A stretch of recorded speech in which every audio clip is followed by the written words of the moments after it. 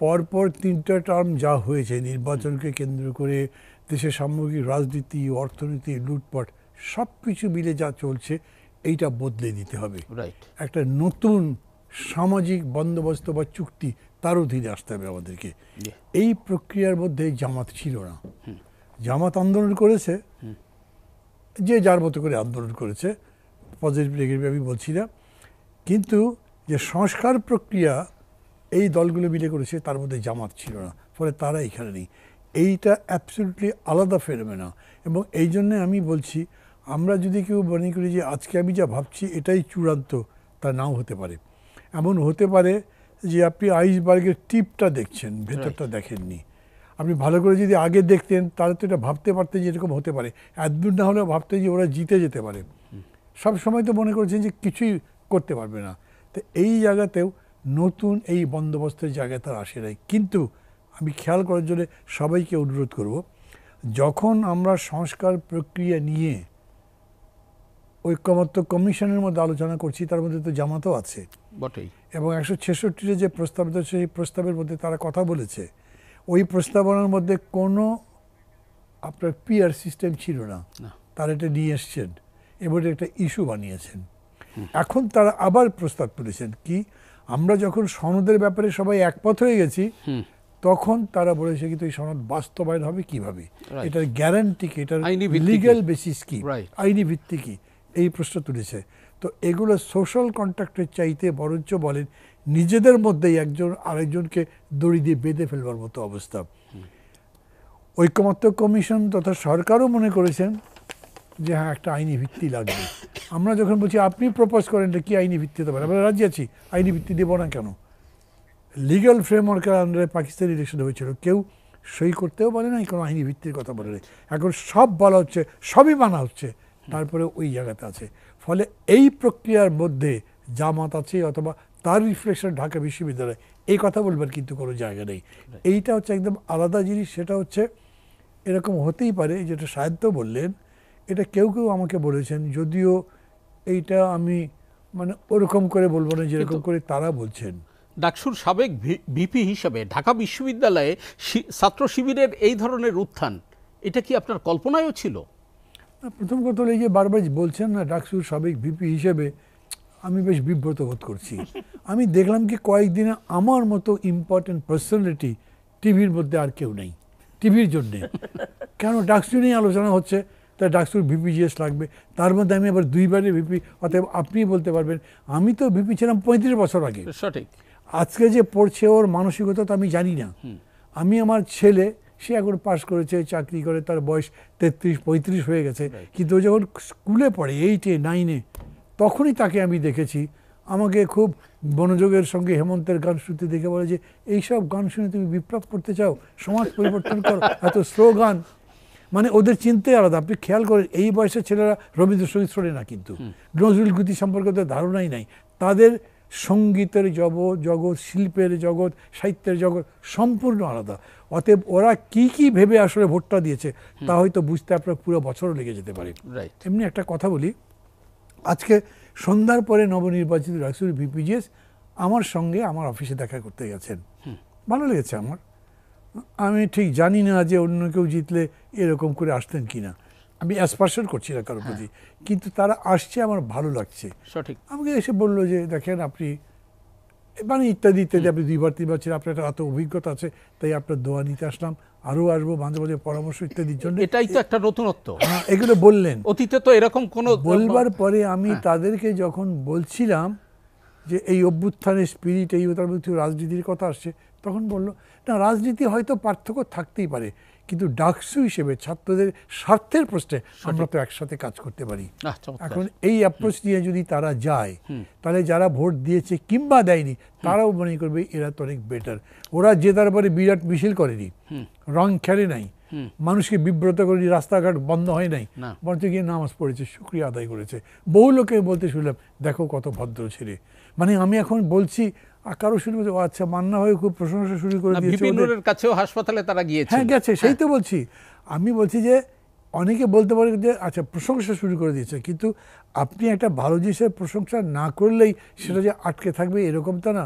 আপনার ব্যবহার যদি ভালো হয়, আমি বলি বা না বলি, শান্ত এটা বুঝবেন, এটা উনিও বুঝবেন, না বোঝার কি আছে, আপনার সাথে মিশলেই তো বুঝবেন। এইখানে ওই জিনিসটা আমাদের বুঝতে হবে ছাত্ররা কী চায়। কোনো ক্রমেই 13,000 ছাত্রছাত্রী বা শিক্ষার্থী শিবির করে না। এদের যদি প্যানেল ভোট দেখেন, আমরা যেটা দেখতাম, সেই প্যানেল ভোট কত হতে পারে আমি কারেক্টলি বলতে পারবো না, ধরেন 3, 4, 5 হলো, 6 হলো, তো অর্ধেকের বেশি ভোট তো ফ্লোটিং বা যেটা মার্জিনাল বলি আমরা, সেই মার্জিনালদের চিন্তাটাকে আপনার বুঝতে হবে। এই প্রথম আমি দেখলাম ঢাকা বিশ্ববিদ্যালয়ের স্বতন্ত্র প্রার্থী দাঁড়ায়, ভিপিতে দাঁড়ায়। আমাদের সময় হলে একটা সদস্য স্বতন্ত্র দাঁড়াতে পারতো না, কে ভোট দেবে ওকে? স্বতন্ত্র আবার প্রার্থী নাকি ডাকসুর মধ্যে, কত বড় দায়িত্ব! স্বতন্ত্র তার কোনো দল নেই, কোনো কমিটমেন্ট নাই, সে হতে পারে, কিন্তু দাঁড়াচ্ছে এবং মনে করছে আমি একটা সেলিব্রিটি, আমার এত ফলোয়ার আছে, আমার ফ্যান পেজ এত, ইত্যাদি ইত্যাদি। এগুলো তাদের কাছে মানে বিবেচ্য বিষয়। আমরা যে আইটি জেনারেশন এখন দেখছি, এইটা আমরা আমাদের সময় দেখি নাই। এই জন্য আমি মনে করি অনেক কিছুই নতুন করে ভাববার আছে। এই যেগুলোর কথা বললেন সেগুলো তো তারা ডাকসু নির্বাচনে তাদের বিজয়ের পরে করেনি, আগে থেকেই শুরু করেছে, আগে থেকেই করছে। হ্যাঁ, কিন্তু এতে তারা যে চাঙ্গা হবে সেটা বুঝতে তার এটা শিশুও বোঝে। হ্যাঁ, সঠিক। যেভাবেই হোক শিবিরের বিজয় যে বেশ বড় অংশে জামাতের বিজয়, এটা না বোঝার কি আছে? তাদের রাজনৈতিক দর্শন বা ইত্যাদিতে এগুলো তো একই, সেইটা হবে। কিন্তু তারপর আমি একটা কথা বলি, আমি দেখছি যে জামাত কিংবা শিবির, একই অর্থে বলছি আমি, এরা অনেক কুল, অনেক ক্যালকুলেটিভ। যেমন আমি মানে একটু অপ্রাসঙ্গিক মনে হতে পারে আপনাদের কাছে, এই সময় ডাকসু নির্বাচন হতে পারবে বা এটা হবে, কর্তৃপক্ষ সিদ্ধান্ত নেবে, আমি তা মনে করিনি। বিকজ মাত্র 5 মাস পরে জাতীয় সংসদের নির্বাচন হবে, তার আগে এইখানকার নির্বাচনটা রিস্কি বিষয় হয়ে যেতে পারে। কেন রিস্ক নিতে যাব? কিন্তু অভিযোগ উঠেছে না যে ঢাকা বিশ্ববিদ্যালয়ের প্রশাসন পরিপূর্ণভাবেই জামাত নিয়ন্ত্রিত। ভাইস চ্যান্সেলর যিনি, তার নাকি ট্র্যাক রেকর্ড আছে ইসলামী শিবিরের সাথে যুক্ত থাকা বা দায়িত্বে থাকা। আমি অভিযোগ করছি, আমি জানি না, কিন্তু আমি শুনেছি খুব দৃঢ়ভাবে, অনেকে আমাকে বলেছেন। তো তারা এই সব কিছু হিসাব করেই হয়তো ইলেকশনটা দিয়েছে। আজকে প্রথম আলোতে একটা নিউজ করেছে যে এই যে শিবিরের বিজয়, সেটা হচ্ছে তাদের দীর্ঘদিন ধরে ধারাবাহিক পরিশ্রমের ফসল। এটাও কারেক্ট মনে হয়। সবাই অভিযোগ করছে না যে গুপ্ত রাজনীতি ব্যান করতে, মামলাও তো করলো একটা, কিন্তু ওরা গুপ্ত রাজনীতি করেছে কোন অর্থে? গুপ্তভাবে চুরি ডাকাতি করে নাই, বা ধরেন যে একটা অন্যের পক্ষে গুপ্ত কোনো কাজ করার জন্য করে নাই। তারা যেটা করেছে, তারা মনে করেছে যে তাদের নিজেদেরকে বাঁচাতে হবে এবং দলটা চালাতে হবে। সায়ন্ত একটু আগে বললো না যে তারা তো ছাত্রলীগের সাথে মিশে মিশেই নামাজ পড়েছে, মিশেছে, ওদের সাথে তাদের সুখে দুঃখে থেকেছে, সাহায্য টাহ্য করেছে। ছাত্রলীগের কমিটির গুরুত্বপূর্ণ পদগুলো তো তাদের তো ভিপিজিএস এর নামও এরকম অভিযোগ উঠেছিল। ওগুলো বিস্তারের মধ্যে আমি যাচ্ছি না, বিকজ ফলাফল হয়ে গেছে। ছাত্রদের রায়ের বিরুদ্ধে কোনো কথা আমি বলতে চাচ্ছি না। আমার রাজনৈতিকভাবে যে পার্থক্য আছে সেটা আমি বলবই, সেটা আমি বলছি যেখানে যেখানে মনে করছি দরকার। আমি বলছি যে এর ফল দাঁড়ালো যে ওরা ওদের মানে নিজেদের কাজটা গুছিয়ে করতে পেরেছে এবং সেটার ফসল পেয়েছে। আপনি প্রশ্নটা করেছেন যে আবার আরেকটু বলেন।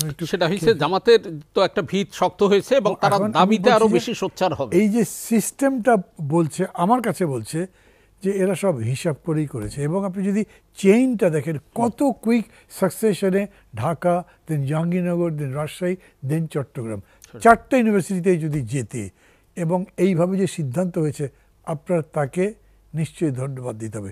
প্রকাশ্যে আলাদার, আমি টক শোতে আসছি তাই বলছি, নাহলে মনে মনে তো আবার চিন্তা করতে হবে যে ওরা কিন্তু খুবই কুল, আমার তার চাইতে কুল হতে হবে।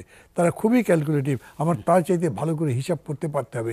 আমি কিভাবে তাদেরকে মোকাবেলা করবো? সেখানে খালি রাজাকারের বাচ্চা এই ওই কইটা কোনো লাভ হবে না।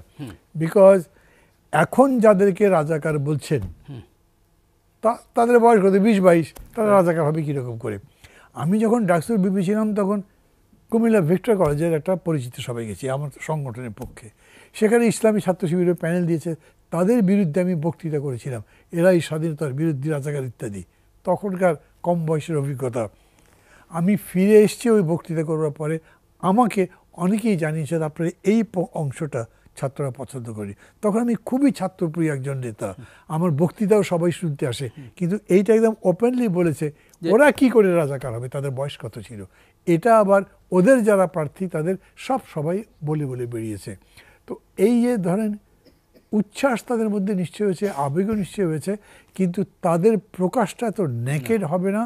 তারা বরঞ্চ এইখানে আরও হিসাব করে আরও অন্য কোনোভাবে আপনাকে মেবি বিলো দ্য বেল্টও হিট করতে পারে। তাদেরকে খুব আমি ডিসেন্ট পিপুল, তারা কোনো কনস্পিরেসি করে না, কোনো ধান্দা নেই, এগুলো বলছে না, কিন্তু অন্য অ্যাট্রিবিউট দিচ্ছি না। আমি বলছি তারা তাদের গেম মেকিংয়ে কুল, সাকসেসফুল, এবং আগামী দিনেও সেরকম করে করবে। বিরাট উচ্ছ্বাস আবেগ দিয়ে বলতে দেখবেন না। আপনি যদি অবশ্যই আমি নিয়ে আসতে পারতাম, কিন্তু তারা নীরবে আপনার পর্যন্ত পৌঁছে গেছে না, সেটা তো করেছে। আমি বলছি যে ওরা যেটা করেছে এর মধ্যে ধরেন বিতর্কটা হচ্ছে যে আপনারা জুলাই সনদ তৈরি করেছেন সংস্কার নিয়ে যা যা হয়েছে, কিন্তু এগুলো যে বাস্তবায়িত হবে তার গ্যারান্টি কি?